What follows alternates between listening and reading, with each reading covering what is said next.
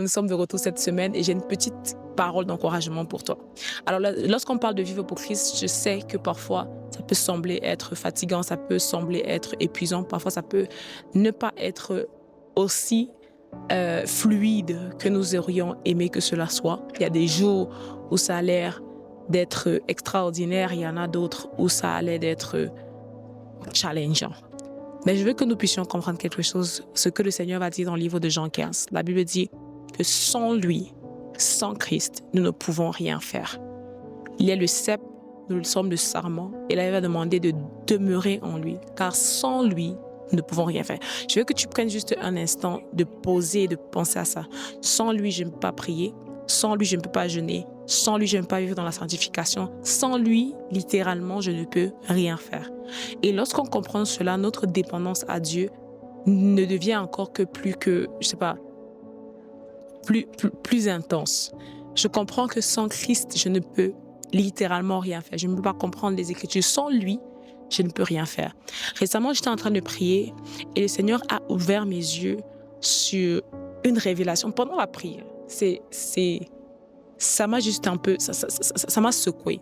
Et il me parlait de la lumière. Il me parlait de la lumière. Et il me disait qu'en réalité, la clé pour faire disparaître les ténèbres, c'est la lumière. Maintenant, la lumière se manifeste de différentes façons. Okay, la lumière dans une pièce, elle vient éclairer, n'est-ce pas? Mais la Bible nous dit que, au commencement, dans le livre de Genèse, la Bible dit que Dieu a dit que la lumière soit. Et la Bible nous dit dans le livre de Jean que au commencement était la parole était avec Dieu, la parole était Dieu, elle était avec Dieu au commencement, toute chose a été faite par elle, et rien de ce qui n'a été fait sans elle. En elle était la vie, et la vie était la lumière du monde. La lumière est venue parmi les siens, et les siens ne l'ont pas reçue. Non, la lumière, non, c'est pas ça. La lumière est venue à lui dans les ténèbres, et les ténèbres ne l'ont pas reçue. Il ne faut pas qu'elle tourne la parole de Dieu ici. Et qu'est-ce que je veux dire par là?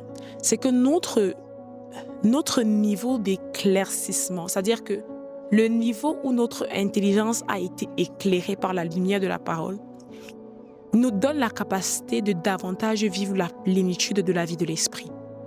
C'est pourquoi on parle de l'illumination des yeux de notre cœur. Quand je dis qu'il est très important pour vivre pour Christ de demeurer en Christ, c'est que quelque chose que Dieu va dire à Marthe, c'est que Marie a choisi la bonne part qui ne lui sera point ôtée. Et où était Marie? Elle était au pied de Christ. Elle était au pied de Christ qui représente la lumière du monde. La lumière véritable qui a la capacité d'éclairer tout homme. Donc lorsque nous sommes dans cette place où nous demeurons, nous avons la capacité d'être illuminés, et plus nous sommes illuminés, c'est ce que la Bible va dire que lorsque nous contemplons comme dans un miroir l'image de sa gloire, nous sommes transformés à la même image de gloire en gloire comme par le Seigneur Esprit. Plus nous sommes illuminés dans la présence de Dieu, plus nous avons la capacité de pouvoir vivre pour Christ. Maintenant, le challenge, c'est que parfois, on a du mal à demeurer. Parce que la Bible dit que sans lui, nous ne pouvons rien faire, mais la Bible demande de faire quoi? De demeurer. On a parfois du mal à demeurer. Quand je dis demeurer, c'est demeurer dans la parole, demeurer dans l'intimité avec Christ. On a le mal à demeurer. Mais c'est dans ce demeurer que nous avons la capacité d'être fortifiés et de vivre la vie chrétienne. Maintenant, il y a quelque chose que la Bible va dire. La Bible va dire que ceux qui se confient en l'Éternel renouvellent leur force. Il y a un homme de Dieu qui a dit quelque chose que j'ai trouvé très intéressant. Il disait, si la prière, on le fait par la chair, ça va devenir une corvée. Si demeurer dans les Écritures, on le fait par la chair, c'est là que ça devient une corvée. Alors, il faut faire cela par l'Esprit. C'est pourquoi le Seigneur va dire que il y a des choses que je dois encore vous dire, mais vous ne pouvez pas les porter. Mais quand l'Esprit de Dieu viendra, ok? C'est pourquoi encore la Bible va dire que de même le Saint-Esprit intercède au travers de nous, car nous ne savons pas ce qu'il nous convient de demander. La Bible ne dit pas quand nous ne savons pas. La Bible dit car nous ne savons pas. Donc c'est très important vraiment de faire la différence entre ce que nous sommes capables de produire par la chair et ce que le Saint-Esprit lui-même produit au travers de nous. La Bible dit qu'en nous, il y a des fleuves d'eau vive. Des fleuves d'eau vive, le couloir du couloir de notre sein. Et ces fleuves d'eau vive sont alimentés par l'Esprit de Dieu. Alors, ce que je veux t'encourager, c'est que Chaque fois que tu te sens faible, que tu te sens challengé dans ta vie de foi, dans ta vie de consécration, rappelle-toi que sans Christ, tu ne peux rien faire. Rappelle-toi que c'est au travers de l'illumination de sa parole que tu es fortifié. Et rappelle-toi que c'est par l'Esprit de Dieu que tu es capable de prier, que tu es capable de comprendre les Écritures, que tu es capable de grandir. Ces trois choses sont très essentielles. Demeurer en Christ, et quand nous demeurons, sa lumière nous éclaire et nous donne d'avoir davantage de révélations, d'illumination qui nous permet de marcher dans la vérité. La Bible dit que ta parole est une lampe à mes pieds, une lumière sur mes sentiers. Et de comprendre que c'est par l'Esprit de Dieu. La Bible dit de faire toutes sortes de prières par l'Esprit, pas par la chair. La chair peut prier 15 minutes. La chair peut peut-être prier 30 minutes. Si tu forces, la chair peut prier 1 heure.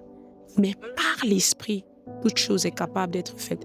Par l'Esprit, nous sommes capables de demeurer, d'être forts, de rester enracinés et fortifiés en Christ. C'est pourquoi la Bible va dire également, ceux qui sont conduits par l'Esprit de Dieu sont fils de Dieu et que la création attend avec ardent désir la révélation des fils. En d'autres termes, la création attend avec ardent désir la révélation de ceux qui marchent par l'Esprit.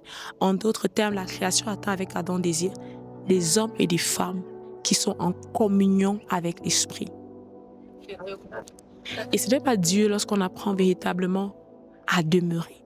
Au départ, c'est vrai, parce que la chair est inconfortable. Parfois, elle parle, elle fait du murmure. C'est pourquoi c'est important de pouvoir être conscient de cette réalité et d'avoir des gens autour de nous qui sont conscients de cette réalité, avec qui on exerce justement notre patience dans la présence de Dieu. J'aime ce que ça dit en anglais parce qu'en français, ça dit ceux qui se confient à l'Éternel. Mais en anglais, ça dit they that wait upon the Lord, ceux qui s'attendent à l'Éternel. Et c'est aussi là où c'est très important d'avoir des communions, d'une bonne communion fraternelle. La Bible demande de ne pas s'éloigner des assemblées, d'avoir une bonne communion fraternelle, d'avoir des frères et des sœurs qui ont la même passion, le même objectif que nous, mais aussi d'avoir soif. Regardez ce que Jésus-Christ va dire. La Bible dit que Jésus-Christ va dire ceux qui ont soif, qu'ils viennent boire. Et la Bible va dire plus tard que le Seigneur est en train de parler de l'Esprit. Vous savez, si on n'a pas soif, si on est dans le contentement, quand je parle de contentement, c'est que il y a des gens aussi qui ne désirent pas plus, qui n'ont pas soif de plus avec le Seigneur. Il y a tellement de possibilités dans l'esprit. La Bible dit que le Seigneur a fait de nous des rois et des sacrificateurs. Il y a une domination que nous sommes censés exercer sur la terre. Dans Genèse, la Bible dit que le Seigneur a dit « Allez, soyez fructueux, multipliez la terre, remplissez-la, assujettissez, dominez. » Et le Seigneur a restauré notre domination au travers du sacrifice de Christ à la croix. Parce qu'après que l'homme ait péché, nous avions perdu cette autorité, mais le Seigneur l'a restaurée. Et lorsqu'on est dans le contentement et qu'on n'a pas soif de plus avec Dieu, on n'est pas capable aussi d'expérimenter des choses extraordinaires avec lui. Parce que nous n'avons pas soif. Regardez ce que Dieu a dit au centurion, parlant du centurier romain. La Bible dit que le centurier romain a demandé à ce que Christ puisse guérir son serviteur qui était malade.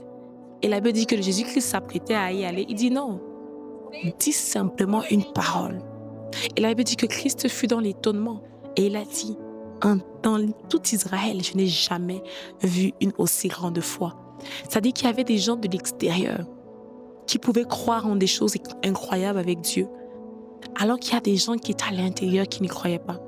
Combien de fois nous avons des païens qui croient à des choses extraordinaires? Je prends même seulement un simple exemple. Je ne sais pas si la personne qui a créé l'avion était païen ou chrétien, mais disons qu'il était païen. Hein?